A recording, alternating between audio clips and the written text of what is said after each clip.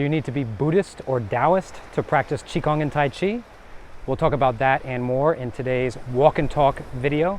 I'm Sifu Anthony, and I'm here in Monterey, California, and it's absolutely breathtaking here. So I just had to go grab the camera and take you guys for a walk, and we'll talk about this question, which I get all the time and I just got today, so I thought it'd be a good topic to talk about. Here's my co-pilot, by the way, who's being a little bit of a grumpy face. Are you being grumpy? Are there so many dogs and people and smells here? Say hi to the camera, Pop. That's Sergeant Pepper. He was cooped up in the car a little bit today, so we'll go for a nice long walk and we'll talk about this topic. Do you need to be Buddhist or Taoist in order to practice Qigong or Tai Chi? So first, I'll give you a simple answer, and I'll give it to you in terms of my own school of Qigong. The type of Qigong I practice is called Flowing Zen Qigong. So that's my amalgam of the many different styles and techniques that I learned from many different masters over many different years. So I call what I teach Flowing Zen Qigong. So do you need to be Buddhist or Taoist to practice Flowing Zen Qigong? The answer is hell no. Absolutely not. That is not how I teach. Anybody who knows me knows that I'm just a very no-nonsense kind of teacher. I will teach some of the ancient philosophies, but there's no way you need to be Buddhist or Taoist, and my teaching itself is not religious. I'm walking over some rocks here. It's pretty cool, but it's a little hard. So anyway, the question is really, is it religious? Now this gets confusing in the West because we muck up the difference between religions and philosophies. And so again, from my school, my perspective, absolutely not. I do not teach anything religious. Is what I teach sometimes spiritual? Well, yeah, that's the nature of things. I mean, especially meditative arts, when you get into this place, it can be spiritual. But you know what, look, walking here, out in nature, that can be a spiritual thing. And why is that? It's because you just connect with something larger than yourself. It doesn't mean that this place is a religious institution. It's not. Spirituality is a connection with nature. That can be spirituality for sure. So if you're practicing Flowing Zen Qigong and you connect with nature, or you connect with something larger than yourself, you might have a spiritual experience. That doesn't make me a religious leader, and it doesn't make you a Buddhist or a Taoist, right? And in fact, I think to just drive the point home, I'll mention that I have taught religious leaders of many different traditions. So Catholic priests, Buddhists and Taoists, including a monk, a Sufi sheikh, so a Sufi leader, lots of Protestant ministers, and some rabbis. In fact, I was invited to teach at a rabbi's synagogue, so I taught Qigong in his synagogue. So I mention this because it sort of proves that the Qigong I teach is not religious, that these religious leaders feel safe learning it and even sharing it with their people. So you can stop worrying about it so much. Hold on a second, I want to make sure. I want to show you where we are. There's like this bird right out there. We're on this rock face. I have to be careful because I don't want Sergeant Pepper pulling to the edges or anything. Anyway, it's just absolutely breathtaking out here. Look at this. And look at these lucky people who live with this view.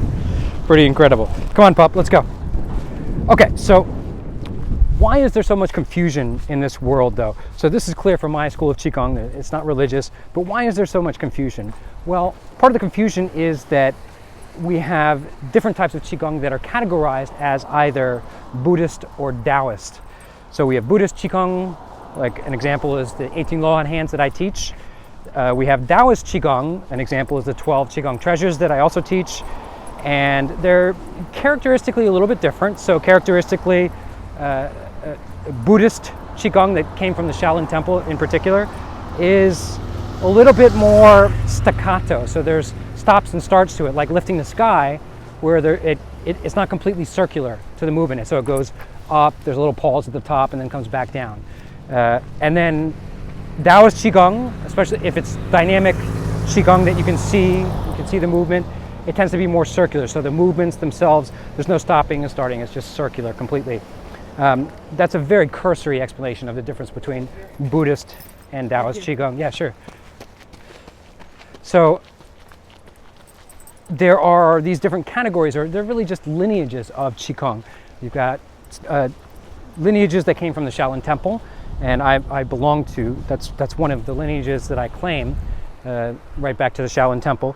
And then there are lineages that came from the various Taoist temples throughout China, and we've got a very long history. But here's what you also need to know, is that especially the Shaolin Temple, it was sort of a crossroads of sorts, where a lot of things went to Shaolin. There's a saying in China that all roads, they're referring to martial arts, but all roads lead back to Shaolin. And that may or may not be true, but I think that we can also say that all roads led to Shaolin, in the sense that it was just a place where lots of different techniques and traditions came and parked for a while, and then excuse me, the monks there took what was useful.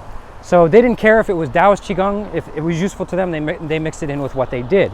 So even separating the difference between Taoist and Buddhist Qigong is not always easy. They cross paths many times. They've been bred together many times for hundreds, probably thousands of years. So you can't just point to this type of Qigong as being Taoist and this type being Buddhist. It's just not that simple. So this is where some of the confusion comes from, though, is that there are these different schools or lineages of Qigong.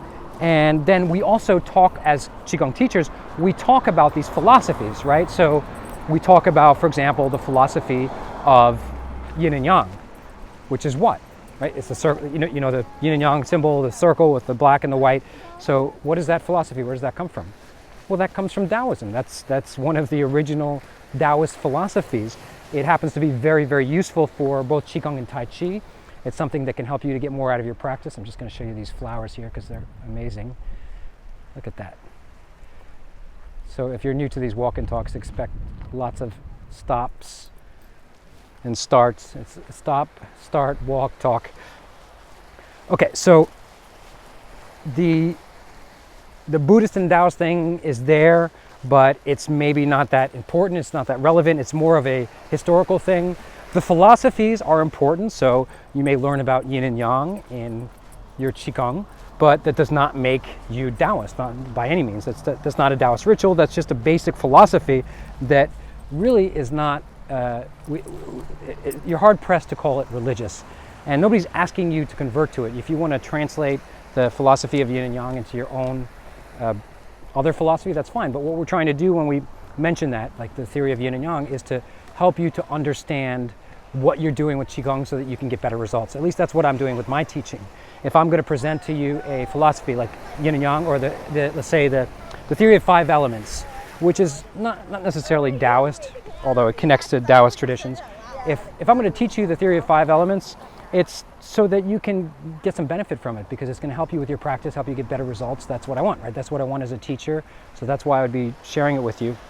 So I think for the most part, we as Qigong teachers are sharing these ideas with you to help you, not to convert you or to spread some sort of religious ideas or anything like that. Sorry, you know those big turns can be dizzying, but Pepper got a little tangled up, so I had to untangle him there. So let me also make it clear that there are some teachers out there who do incorporate more of a spiritual tint into their teaching. My teaching for many years has been mostly about healing, what we would call medical Qigong. That was, what drew me to Qigong. That was a lot of my early success with Qigong. Now, the older I get and the more I teach, I would say the more and more spiritual I get for myself, and it leaks out into my teaching. But it's non-religious. It's just connecting with something larger. It's mindfulness, things like this, being a good person. To me, these are all that spirituality. So there are some teachers out there, though, that incorporate more of a spiritual angle into their Qigong teaching. I'm not one of them. I don't push it hard. But to give you an example, Falun Gong, which is a famous style of Qigong, it was, really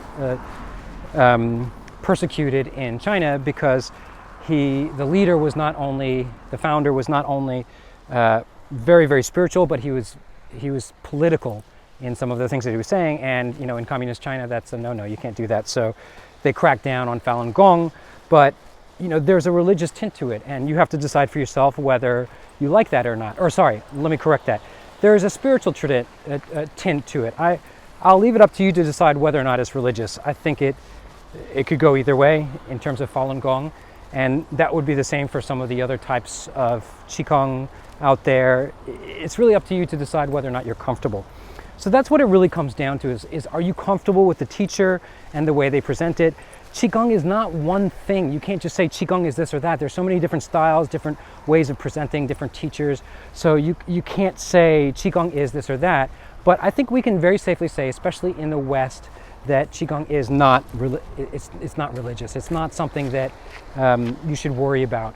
You definitely don't need to be Buddhist or Taoist. That's not what's going on here. There'll be no Buddhist chanting in my school. I think in most schools.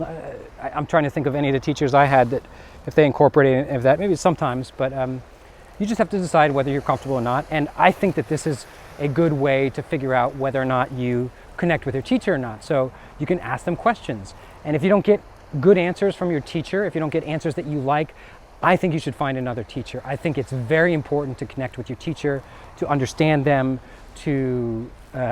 they should understand you.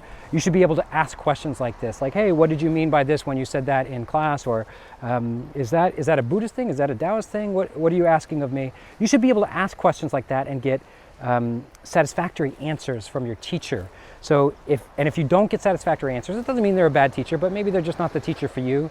And I think it's very important for you to go find a teacher that you connect with, that you can feel comfortable with in class, that you can relax totally, because that's such a fundamental thing in pretty much every school of Qigong is you need to relax deeply. So if you can't relax, if you're like worried about, is that a Buddhist thing? Is that a Taoist thing? What are we doing today? I don't feel comfortable. You're not going to get the best benefits from Qigong, and go find another teacher. There's so many out there these days. You can learn online, you can learn in person, you can shop around. It's not like the old days. I mean, I had to travel to Asia to learn this stuff. Those days are gone. So find a teacher that you connect with and ask them the questions that you want to ask them. If you're my student and you're wondering, I think I give you a pretty good answer, but the simple answer is no, you do not need to be Buddhist or Taoist to practice Qigong in my school, nor Tai Chi. We're just a bunch of people trying to get healthier and happier through these ancient arts, make them our own. We may have spiritual experiences. Like, I think that coming here at dawn and practicing some Qigong could be pretty spiritual, but I wouldn't call that religious. So there you go. I hope that answer is helpful for you. And I look forward to connecting with you again in another walk and talk.